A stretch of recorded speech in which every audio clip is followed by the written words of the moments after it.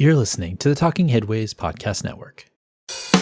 Talking Mondays. Keep moving on. Keep moving on. Talking Mondays. Keep moving on. Keep moving on.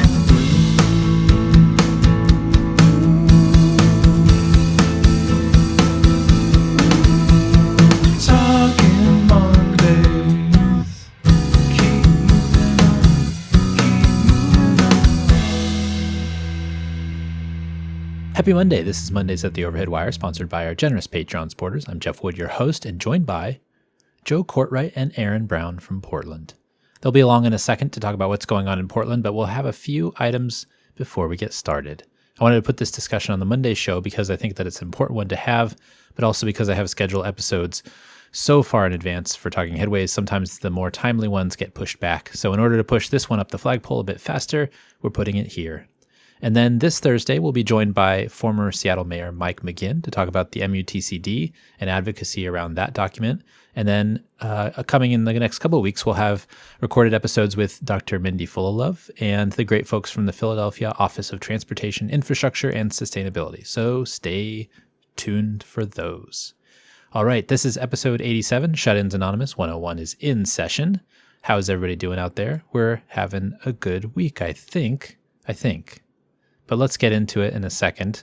Before we get started, I want to let folks know that they can get this podcast wherever you find your podcasts, including iHeartRadio, Spotify, Overcast, Stitcher, and of course, Apple Podcasts.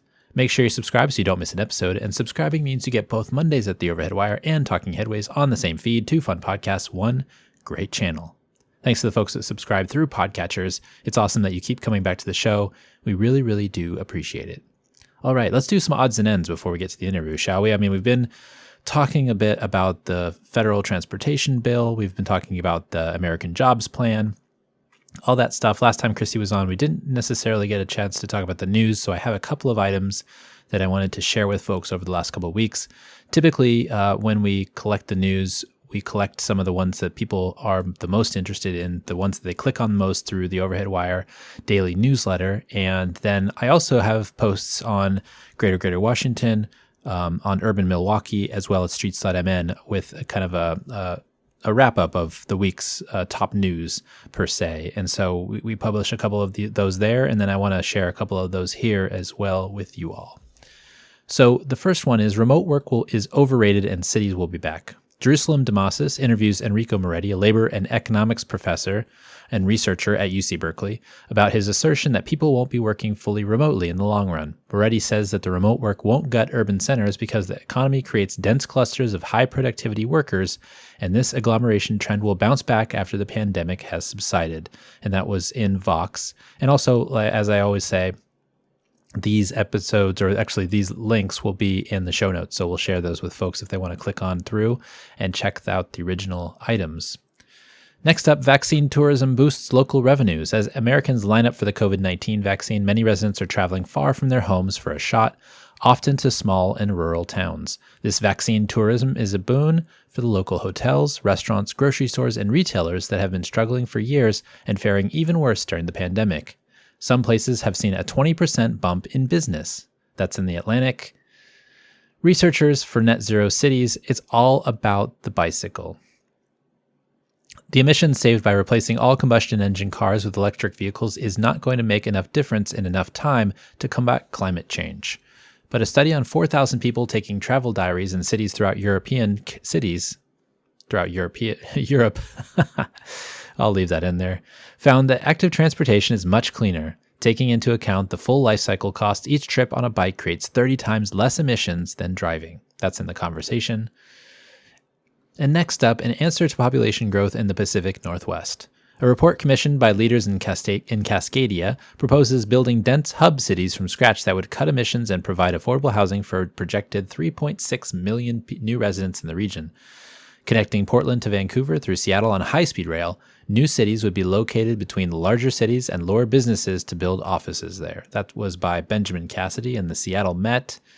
And then finally, last for this week, of little short bursts of information that we're sharing with folks, 5 ways to make streets less deadly.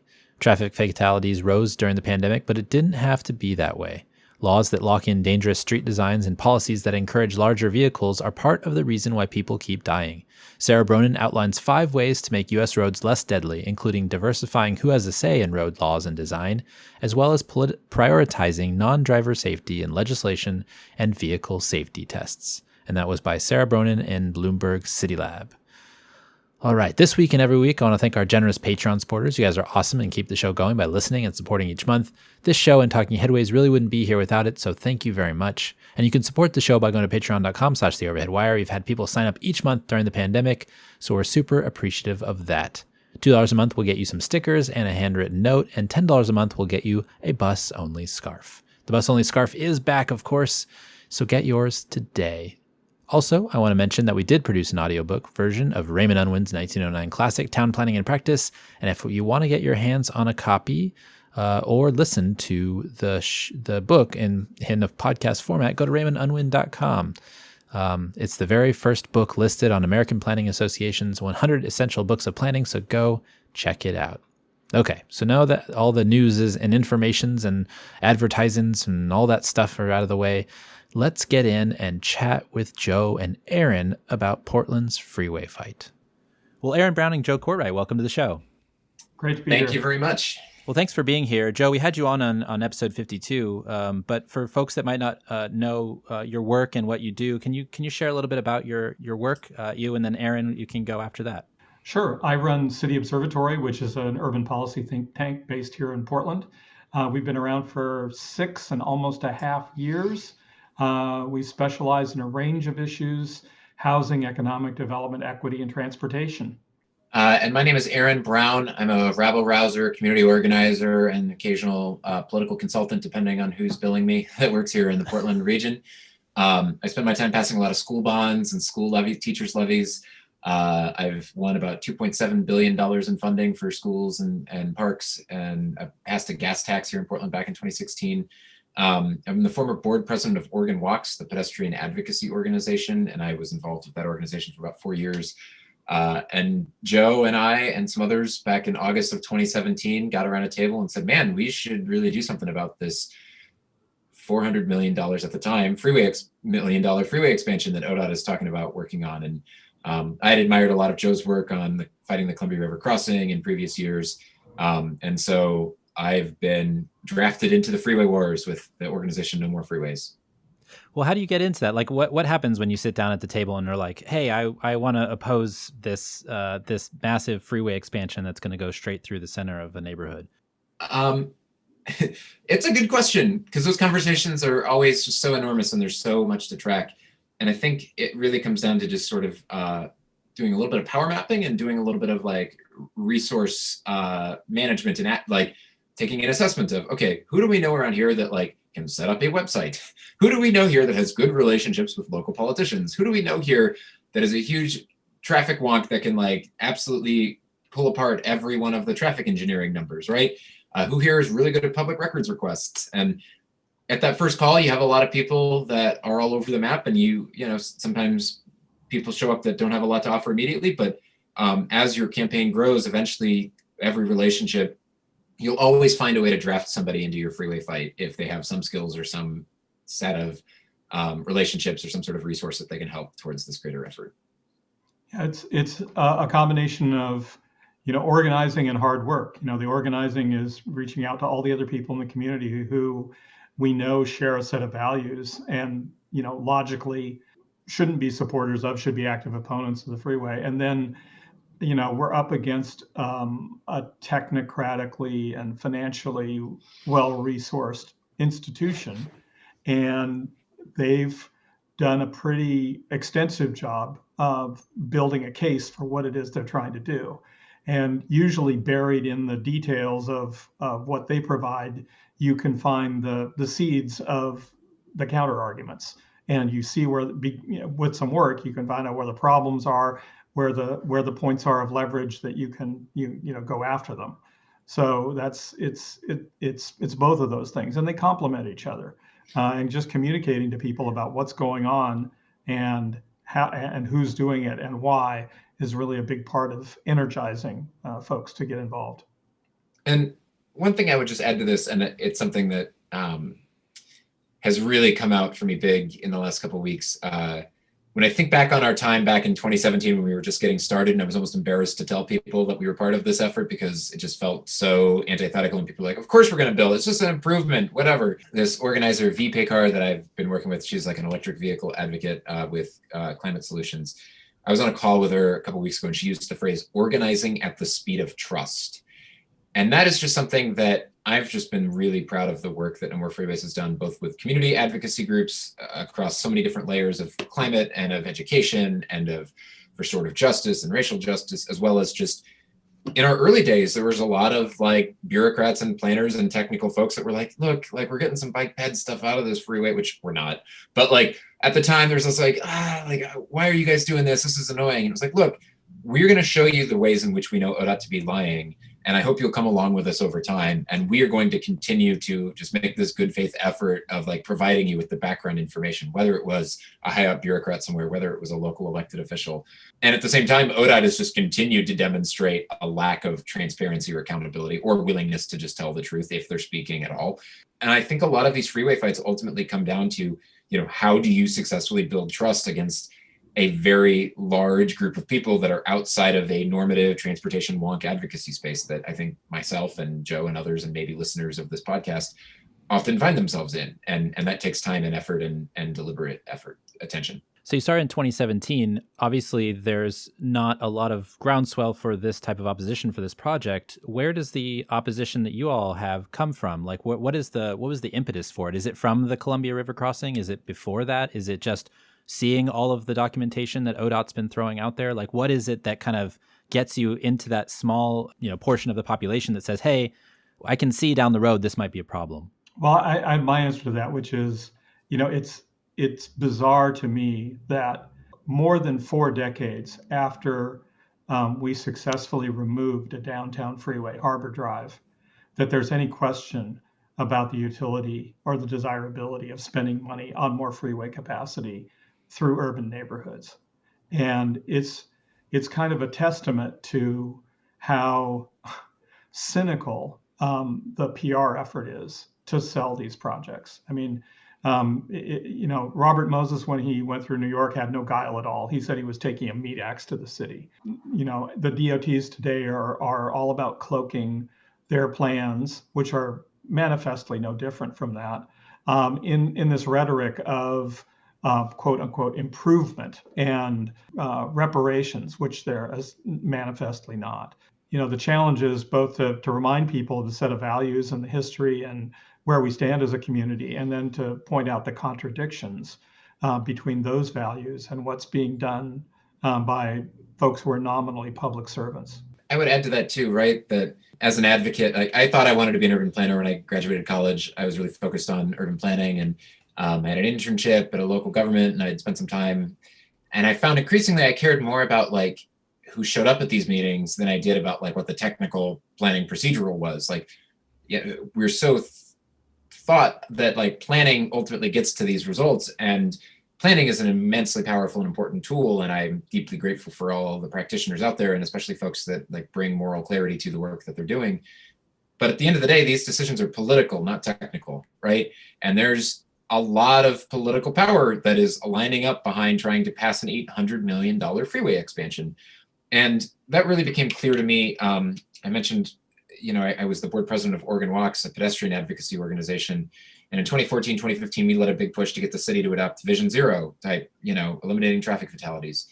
And in that process of going out to East Portland, and the most miserably sad days you could ever imagine of going to a traffic vigil held for someone who was hit by a car, and being like, wow, like this crosswalk here that was never built on this rainy, it's an orphaned highway. ODOT, the state, owns this road that a bunch of late 20th century motordom style, suburban style development has filled in, but not actually been fixed up with crosswalks and sidewalks. This little old Russian one was hit and killed, and it's pouring rain, and we're sitting on the sidewalk like sobbing, listening to her family cry about this poor woman's death, and could have been fixed with an $80,000 crosswalk, right? Like immensely tiny amount of money. And yet ODOT has $800 million for a freeway expansion. And across the Portland region alone, ODOT owns TV Highway, owns Barber Boulevard, owns 82nd Avenue, owns McLaughlin Boulevard. These are all these nasty, garish stroads that have not been fixed up. They have terrible potholes and everything else as well. This is where our region needs to be investing in transit, safer streets, affordable housing density, like retrofitting some of these post-1950 style development into livable, walkable communities. And ODOT doesn't have money for that. They have money for freeways. And that just moment of putting it together where money was being allocated versus where it should be allocated, and understanding some of the political dynamics that happen. And some of it is unique to Oregon, but I think a lot of these general trends of state DOTs are just rebranded highway departments that got their roots in building highways and freeways back in the 50s, 60s, and 70s and previous, that were based on racist and classist and sexist assumptions about our land use and transportation policies. And they've done rebranding, but at the end of the day, their central core motivating pathologies exist. And we do not get the beautiful vision we want of our community. We can't fund it. It's without retiring those previous models. We don't get the Green New Deal without retiring the gray old deal.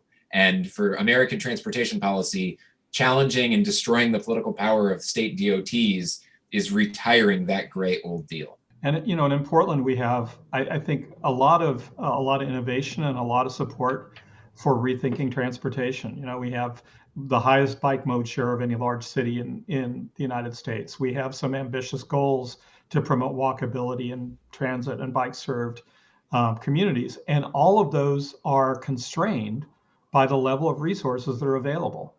And the reason we don't have those resources is because we have, as Aaron said, this dominant highway building machine that's consuming all the resources. So, you know, in medical terms, it's like, it's great to have all these aspirations, but it's like, first, do no harm. And the one project, Rose Quarter, is just, you know, one $800 million chunk. There's another $5 billion chunk at the revival of the Columbia River crossing. There are billions of other dollars of freeway projects in the Portland area. And essentially what they'll be doing is eating all of the resources, all of the capital that we have to put into transportation at a time when we know we face critical challenges from climate, from social justice, and just in a desire to achieve these other objectives for our communities.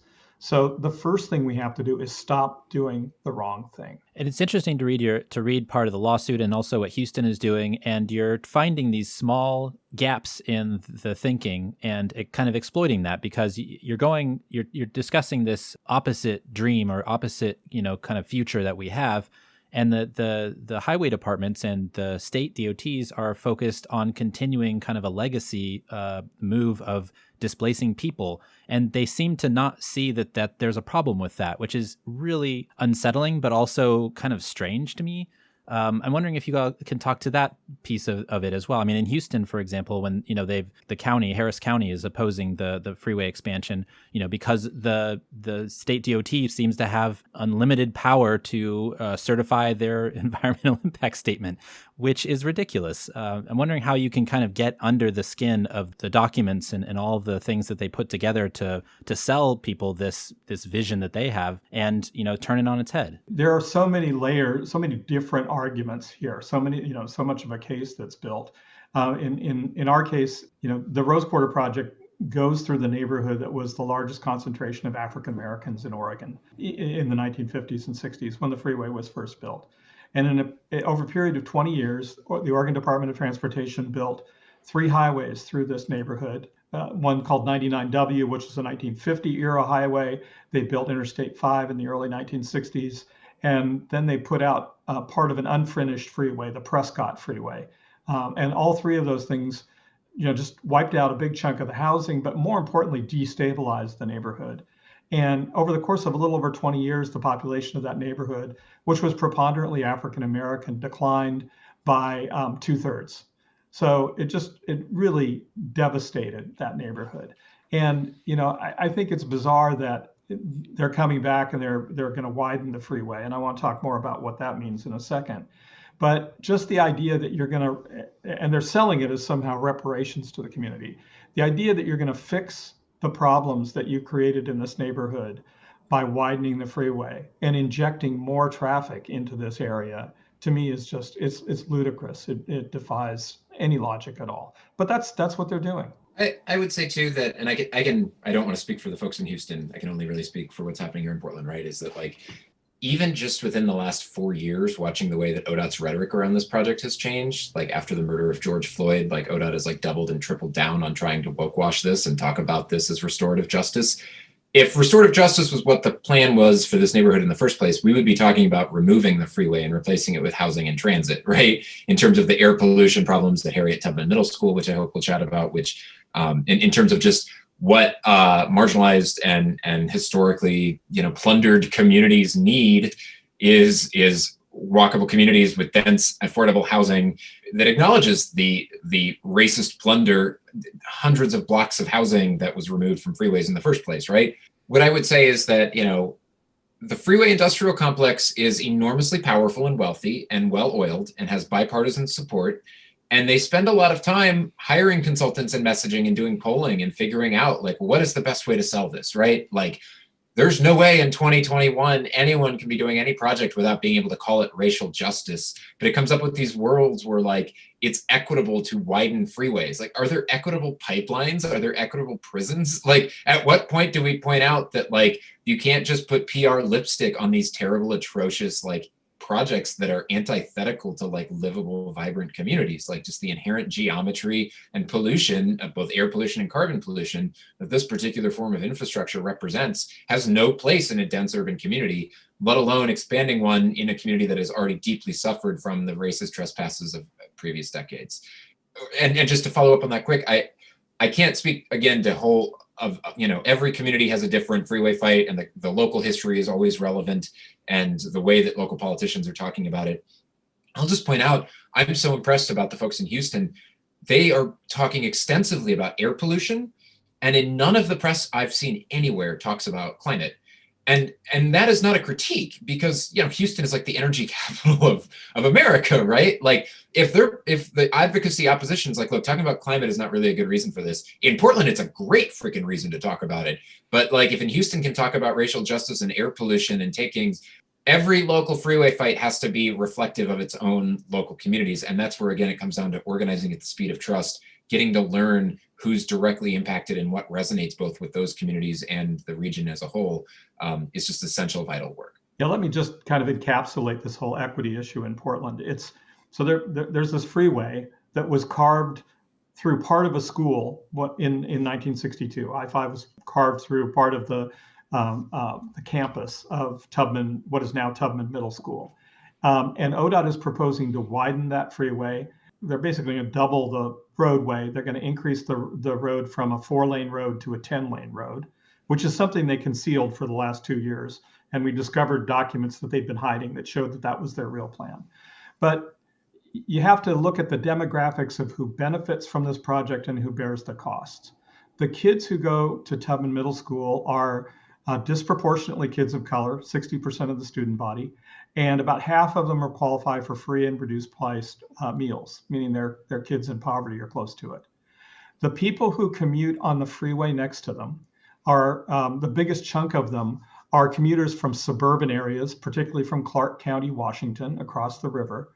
The median income of the average solo peak hour commuter on that road next to the freeway is over $80,000 a year, and 75% of them are non-Hispanic whites. So there's a real disparity in who's benefiting from this project and getting $800 million in benefit and who's bearing the cost.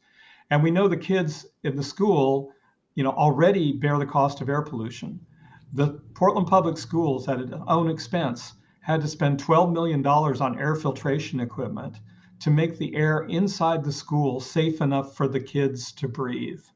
And then meanwhile, ODOT is making plans to essentially double the size, more than double the size of the freeway right outside the school's door and move it closer to the school. So it's clear that, they may, have a good PR game about branding of this project.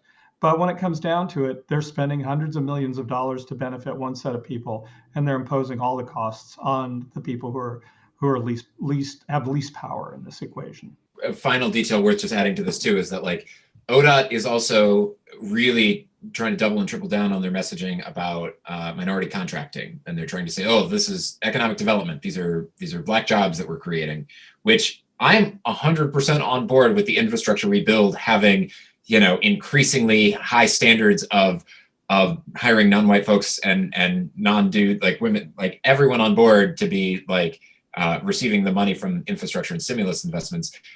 The report that was put out by Smart Growth America and Transportation for America showed that the Obama stimulus projects from 2009, all those transportation projects that were built, 70% more jobs were created when there were investments in biking and walking and in transit, and 40% more for road maintenance as opposed to road expansion. So the entire notion that the freeway industrial complex is somehow economic development is, again, based on these outdated relationships where building trades are happy for some jobs, and anyone that's promising them jobs, they're happy to go for it.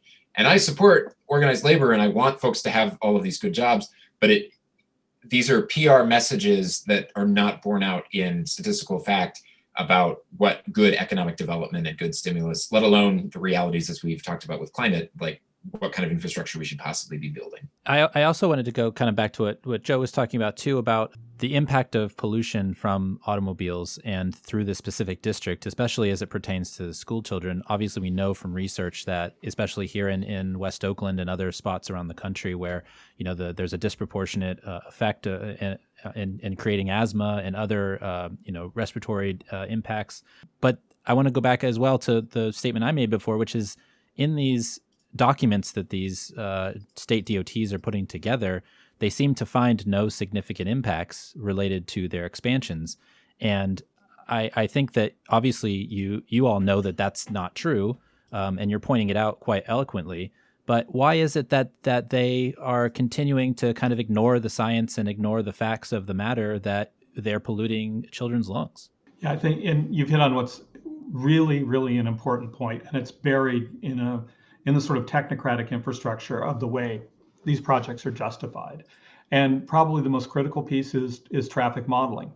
And the DOTs have developed and continue to use traffic models that we know are unrealistic, but they produce exactly the answers that the DOTs want. And they're biased in a couple of really specific ways. The first way that they're biased, they tend to overstate the amount of car traffic that there will be if nothing is done. They build these models that basically say car traffic will always grow, it will grow forever, it will grow without limit. So that creates, at least in their projection of what the future looks like, a world where roadways are just crowded beyond all ability to handle. And in this project, they went a step further and they assumed that another project, the Columbia River Crossing, this 12-lane, 5-mile long freeway that happens to cross the river, which is about 2.5 miles north of this project, was built in 2015. So they created a fictitious bridge and tens of thousands of fictitious cars and put those in their model and said, if we do nothing, there'll be all this traffic in this area at some point in the future, or not in the future, in the past. They inflated the current level. So that was the first thing they did. And then the second thing that they did is they're not allowing for what everybody knows is the proven science of induced demand. We know that when we build additional capacity in a roadway, it tends to lead to more traffic. In fact, the best available evidence says there's a unit elasticity of travel demand with respect to capacity. A 1% improvement in capacity leads to a 1% increase in traffic. That's not reflected in any of their models. So ODOT and other DOTs have created a world where if you do nothing, you get lots of traffic. And if you build something, it has no effect on traffic. And we know both of those things are wrong.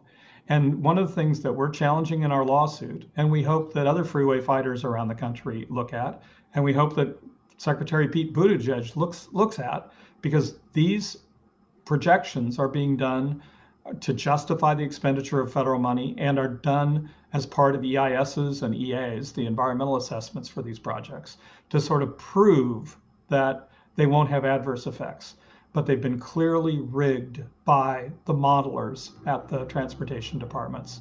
And that technocratic cheating has to stop. I can't be any more articulate than Joe on all of these like tiny little details. And I'm always grateful to have Joe be able to just run it down rat-a-tat-tat like that. But it was interesting hearing that's how Joe responded, because the original question was like, well, why are they doing this if they're lying? If the results say, the other thing. And, I come back to the political issue here, right? There's $800 million at least of government contracts on the line, right? Like the science is all just kind of a sham. Like the science is just this like artificial justification, quantified nerd game, this, calculator put out that says, yeah, we got to build more lanes here. We just got to. Traffic sucks. We got to do it.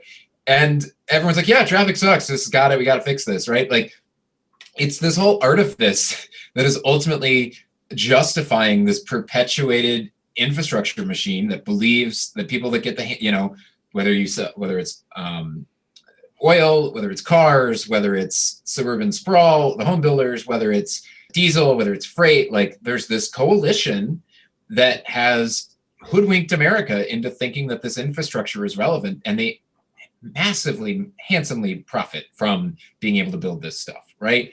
And these massive consulting firms just get these big checks to do it. The PR machine has all of these little technical, it's the public sector is reviewing these numbers, but at the end of the day, it's all a sham trial.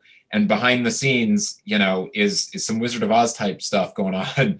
I wouldn't even be opposed to contractors profiting from building good infrastructure if the infrastructure we were building like meaningfully served our communities, right? Like this isn't inherently a critique of like burn the man, all capitalist institutions are terrible, as much as there's just such a grift going on that's selling America a false bag of goods that is not actually building us the infrastructure we need, like sidewalks, crosswalks, bike lanes, buses, electrified buses, high-speed rail, commuter rail, light rail, subways, maintenance, pothole fixing, all of that sort of stuff we could be building with the money that is instead going to this grift machine. And the most profound problem with this, I think, in a way, is they're going to spend, if they spend the $800 million, it won't fix the problem.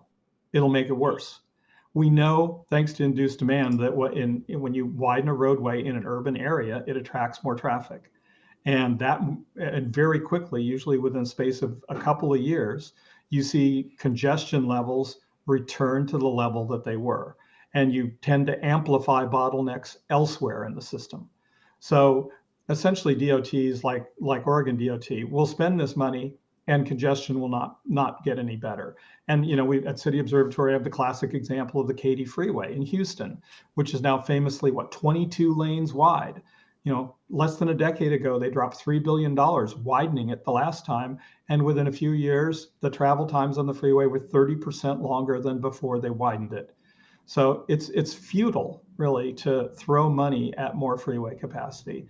And worse than that, we know it makes sprawl worse, makes pollution worse, makes climate worse, and hurts cities. So it's just something we shouldn't be doing, even or especially if we care about transportation, but if we care about any of these other things as well. The funding mechanisms are so interesting too. I mean, I was reading a couple of Bike Portland pieces and maybe even the Willamette Week pieces that are talking about, well, they want to reduce congestion. That's their stated goal, right? Quote unquote stated goal. But they tend to oppose things like congestion pricing that we know would actually work at reducing congestion, and instead go towards things like tolls, which would just raise money to do more expansions of freeways. So does that kind of give their hand away in terms of what they're after? 4 years ago, at the same legislative session that authorized this project, the legislature directed the Oregon Department of Transportation to start working on implementing congestion pricing on these same freeways, I-5 and I-205 in Portland, as well as others. And ODOT's been dragging its feet that whole period of time. Their plan now is maybe by 2027, they might do some version of that. So clearly they're not interested in it. And one of the ironies is ODOT's own consultants who looked at congestion pricing came back to ODOT and said, if you do congestion pricing on I-5, this stretch of I-5 we're talking about, you will not need to widen the freeway. You can save yourself $800 million and get the same improvement, at least as much improvement in traffic congestion, just by implementing congestion pricing. And yet ODOT is going to build the freeway first and then maybe talk about, as you said, tolling it. And there's a shift here going on where ODOT is essentially going to go with what I call kind of the classic Robert Moses strategy of issuing a bunch of bonds, building big projects, and then perpetually rolling the tolls back into more and more highway projects. Yeah, it's so frustrating. I mean, I've harped on this on my show for the last few months, especially when talking about Austin and Houston. Austin just voted $7 billion or so for a transit expansion, and they could have paid for that by just congestion and taking care of the other $7 billion they were going to spend on expanding I-35 by congestion pricing I-35, maybe even moving some of the freeway traffic that goes through town onto SH-130, which is another toll road that's just outside of town. And then they could have paid for their transit expansion, and then they wouldn't have all this money, extra money spending on this road expansion that goes through historically black and brown neighborhoods. And has already seen the problems of expansion over the many decades past. So, this thing keeps on happening, and we keep on giving the solutions that would actually work, but it keeps on getting turned down by the DOTs as if they believe it wouldn't work, which is completely silly and frustrating. Yeah, that's America right now, right? Like, we're starting to have all these meaningful conversations about all the ways we've screwed up.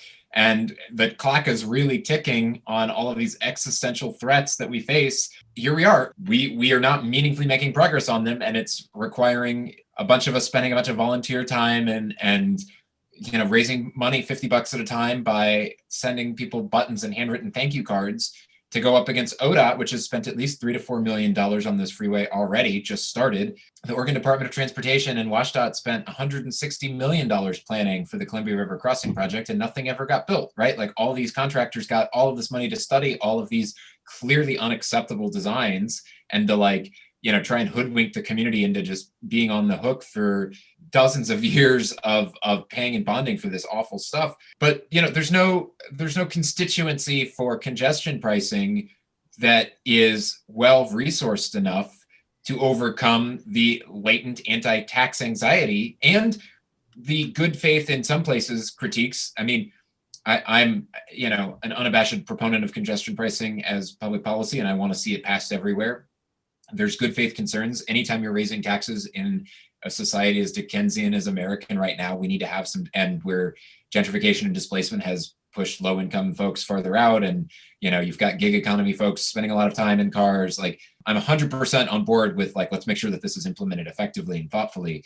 But there's simply no iteration of American society where pricing our roads is an equitable outcome as it currently is, right? Like, people are miserable driving all over their regions. And that's even in places like Portland that have had at least some modicums of investments in urban planning and land use reform, right?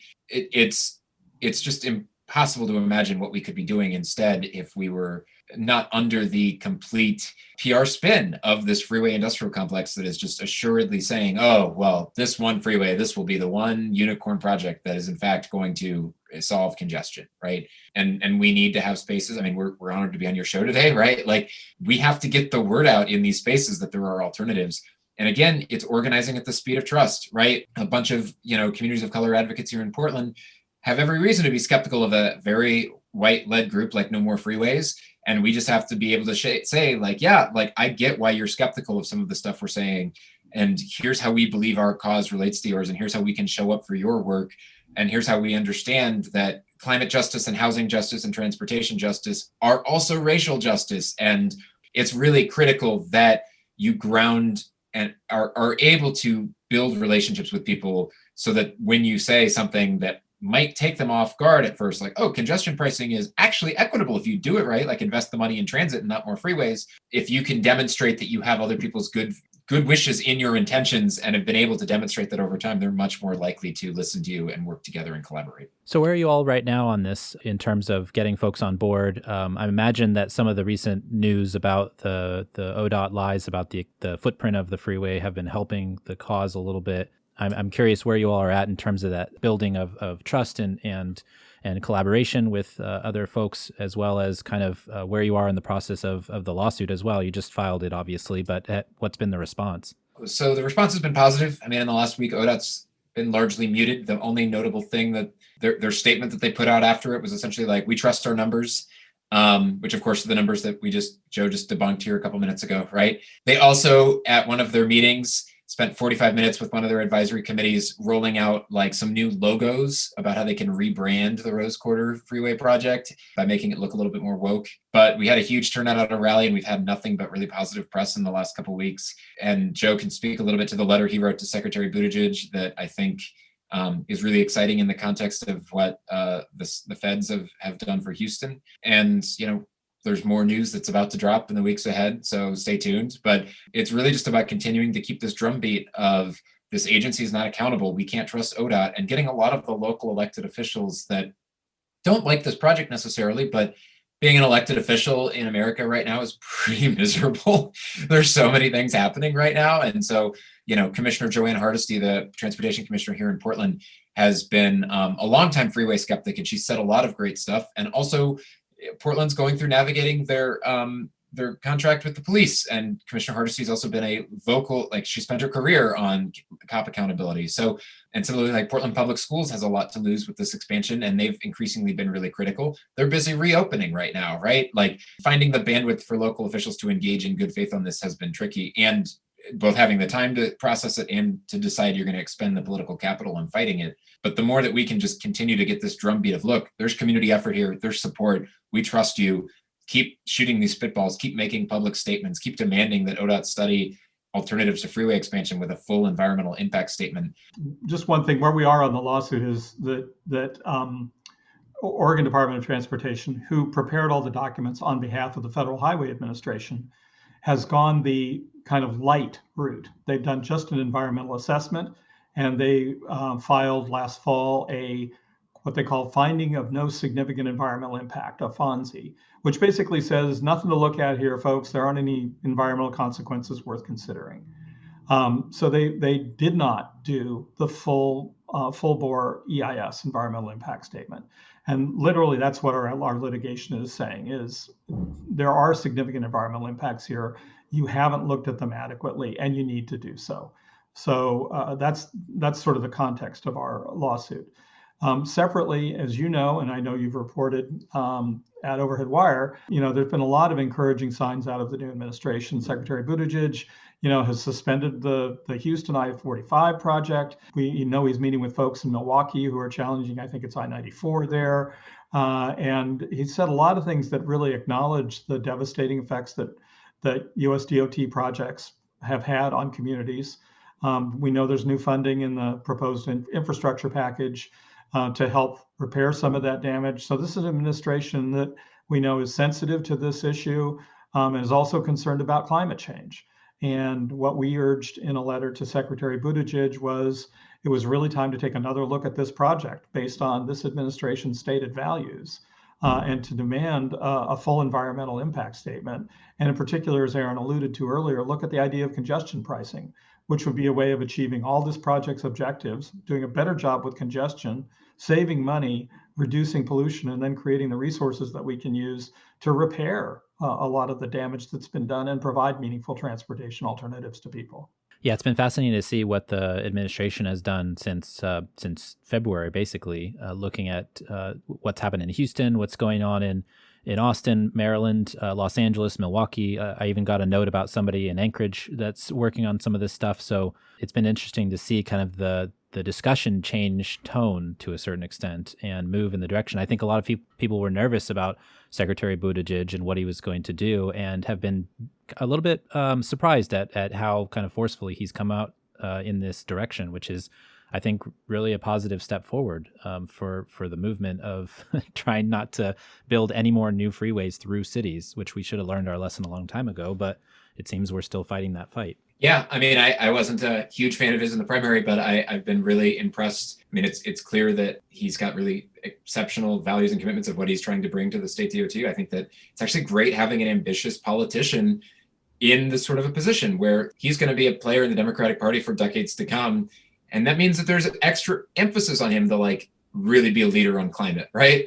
Some of our older politicians don't have quite the same mechanisms of accountability of, if you still want to be in office 10 years from now, you better have something that you can prove to that you were a leader on and really put some skin in the game. I'm just really grateful to see. I mean, we'll see what's happening with the infrastructure package, and there's a litany of efforts underway to really try and, just the tiniest of policy sliver changes, but ultimately amounts to pennies on the dollar of what the feds can do in terms of biking and pedestrian safety stuff. I mean, look at my hero, Angie Schmidt, right? What it would mean for a 50% up increase of money that goes to bike ped would just save tens of thousands of lives potentially over the course of a decade if you're able to just make some of these minor changes. But again, our elected officials don't operate in a vacuum, and we're up against these enormously well-oiled political machines with bipartisan support. And it's very important that our fights against these freeways have that local support so that politicians feel the pressure or see that there's an opportunity, right? Like, you need to provide them, if they're going to jump into this river, you need to have a place for them to land, right?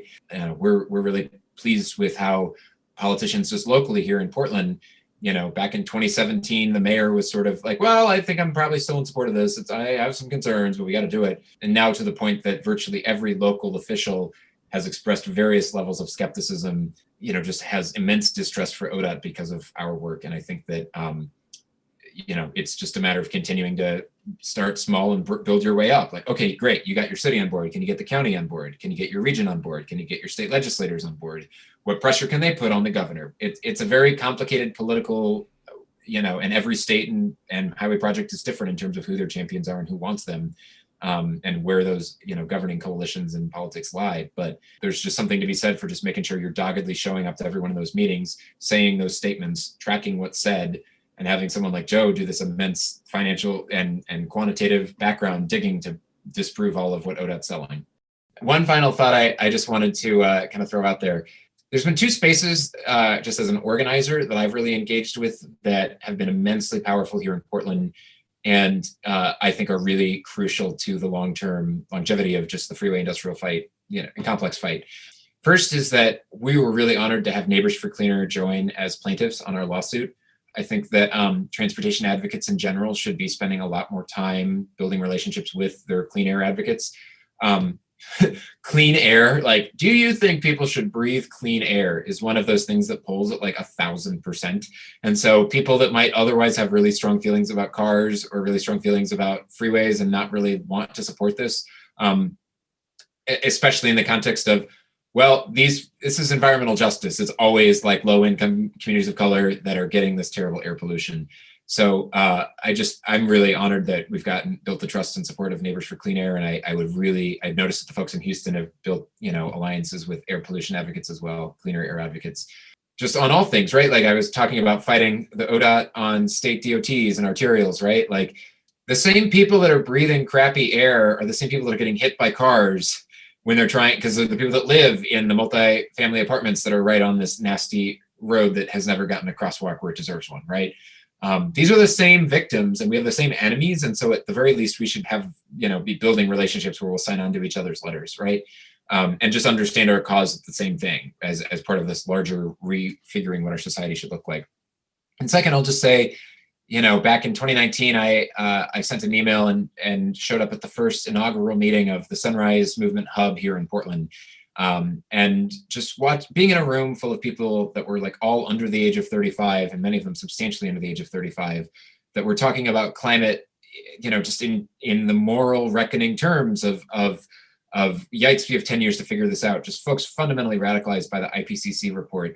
And, it's one thing, and I'm not, this is not a slam on older listeners to this podcast. And, I'm really grateful for all of the boomers that we've got on our freeway fight. But the look on elected officials' faces when high school students show up to testify that, like, I will be 27 years old in the year of 2030, and you're planning to do this when we have to reduce carbon emissions by 50%, and 40% of Oregon's carbon emissions come from transportation. Like, how dare you? Like, that level of just indignation and righteous, like, moral clarity and fire, just having these high school students channel their inner Greta is just remarkably powerful stuff.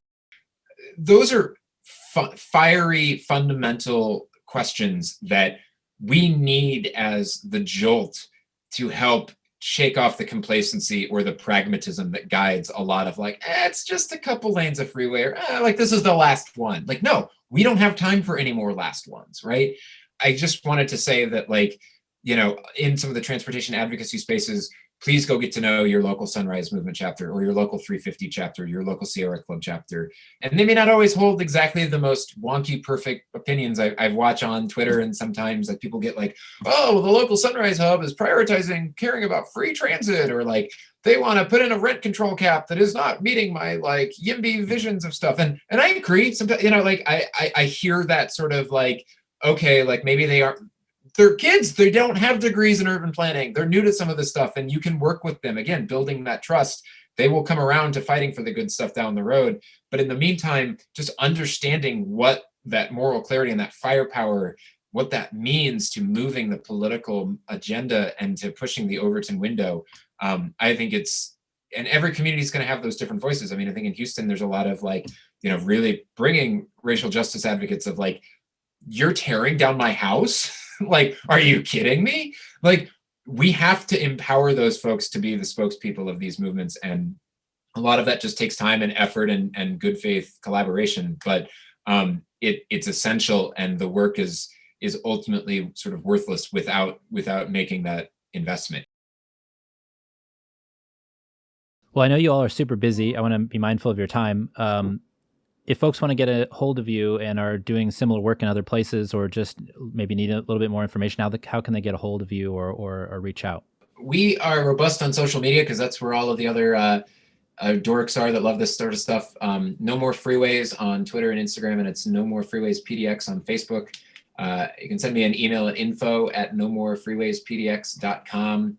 We will mail you some buttons. I kind of have been thinking about how, you know, doctors give out all the like pens from like, you know, the pharmaceutical company knows like if you give a doctor a pen, it's a good way to get that doctor to prescribe that pill or whatever awful stuff pharma's up to. I operate on different terms. I operate on political buttons, and I think we've printed at least 4,000 to 5,000 buttons at this point, and we're just consistently churning out buttons and stickers. So we would request a donation, whether it's $5, $500, whatever you got, or not. Just reach out. We'd love to donate some buttons and time. And yeah, there's definitely in our advocacy, we've been in touch with folks in Minneapolis and Houston and down in California. There's a handful of other people that are starting to pay attention to the Freeway industrial complex. And I'm really excited for what it looks like to arrange a larger national network that can coordinate on providing the tools necessary to fight back. I think we've done like 45 commentaries on various aspects of Rose Quarter at City Observatory. And anybody can find those at cityobservatory.org. Awesome. Well, thank you all for joining us. We really appreciate your time and your efforts, and good luck. Yeah, thank you. I'm a longtime fan, so this has been an honor. Yeah. Thanks. Every morning, Jeff. Every morning. First thing. I appreciate it. No, I always see a big bump when you feature one of our stories. So thank you. All right. I want to thank Joe and Aaron for coming on the show and joining us and sharing all that information today. Actually, we talked with them today at the same time we recorded this intro, so we appreciate that. If you have a comment or question, also feel free to tweet at us or comment on any of the social sites where the podcast appears. Of course, feel free, as always, to email us at theoverheadwire@gmail.com. And finally, you can find me on Twitter at @theoverheadwire or at theoverheadwire@gmail.com, as I just said.